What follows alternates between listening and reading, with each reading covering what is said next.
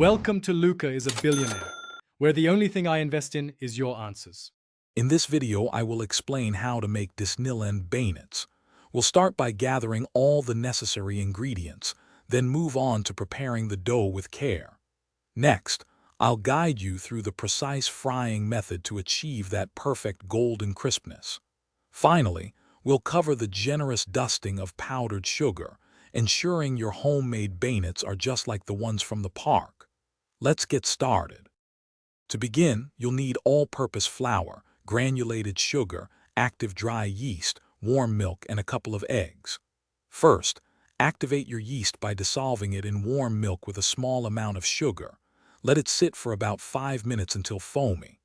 Then combine your wet and dry ingredients, mixing until a soft, pliable dough forms. Cover the dough and let it rise in a warm place for at least 1 hour, or until it has doubled in size. Once your dough has beautifully risen, gently roll it out on a lightly floured surface to about 1/4 inch thick. Using a knife or pizza cutter, cut the dough into 2-inch squares or rectangles. Next, heat a generous amount of vegetable oil in a deep pot to 350 degrees Fahrenheit. Carefully place a few dough pieces into the hot oil, frying them for about 1 minute per side until they are puffed and golden brown.